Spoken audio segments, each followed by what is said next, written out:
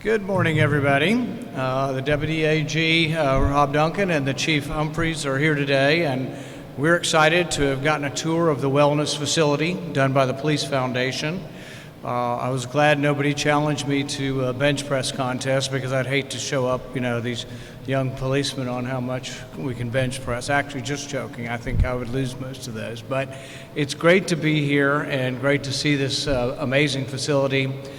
We got a chance to sit down with the Deputy Attorney General, the Chief, and the Mayor and talk a little bit about, just how things are, I think, looking up and looking better for the Louisville Police Force. I'm a big fan of not only the police force here, but across Kentucky. They have a hard job to do. We see it in the newspaper when a policeman is injured, but it's a tough job, and it's a tough job to find good young recruits that'll join the force, but we are very proud of them, what they do for our community. We can't exist anywhere, either Bowling Green or Louisville, without a good police force to keep us safe and to deter crime.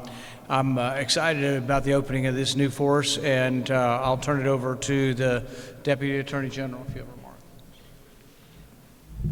Thank you, Senator. Good morning, everyone. It's my pleasure to be here on behalf of Attorney General Russell Coleman, who is traveling in the western part of the state today and could not make it.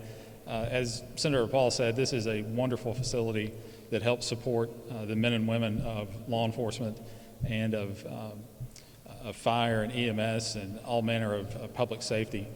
Getting them back into the fight is what this facility is about, and the work here that is done is top notch. So thank you for the opportunity to be here today. Speaking on violent crime reduction, as the Attorney General mentioned a few weeks ago now, we have set up in partnership with the Commonwealth Attorney's Office and Jarena Weathers, the Commonwealth Attorney, and the Mayor, we are able to have 2 full-time prosecutors here from the Attorney General's Office dedicated to fighting violent crime, along with an investigator who is helping support that effort. And thank you to Chief Humphrey for being such a good partner in those efforts. I'll turn it back over now to Senator Paul. Chief, did you want to say anything?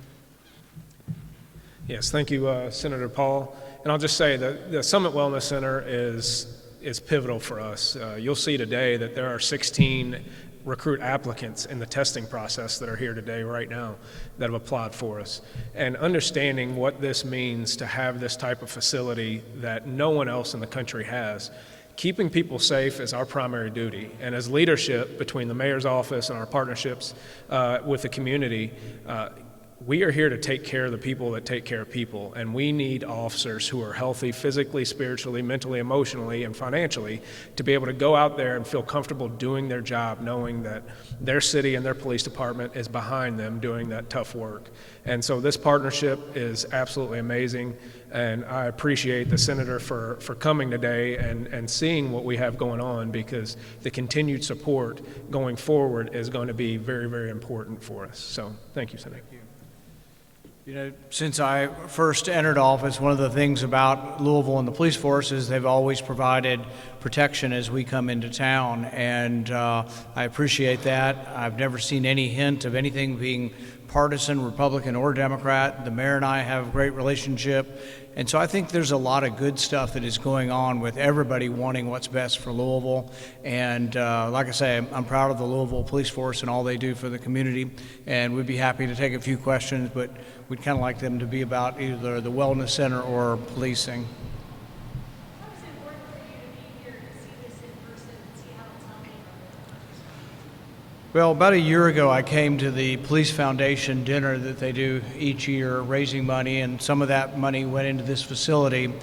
Also, at that time, we were honoring 2 of the police officers that were shot, one severely wounded at the bank robbery or at the bank event. And so for me, I think it's important to come back and honor the people who gave up so much, to try to keep safety in Louisville, the police officers that were injured and wounded and still dealing with their injuries. I think it's important that we as a community honor that. And a lot of the money that was given in their names and for police officers who have died in the line of duty as well comes to this facility, which has not only athletic training for people to heal the body, physical therapy, mental counseling, as well as spiritual counseling. All of those things are needed. I'm proud of the Police Foundation and the community that steps up to give money to the Police Foundation to support this.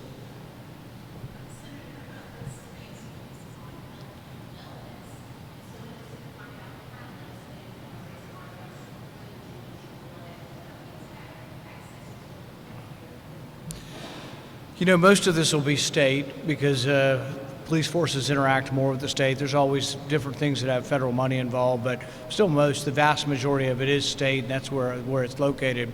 As far as health and wellness, I think this is a great example. You know, when you look at policemen, they typically are people who have to be able to run around, do stuff. They have to be physically fit. And so the rest of us probably could take some advice from that as well, just as a country.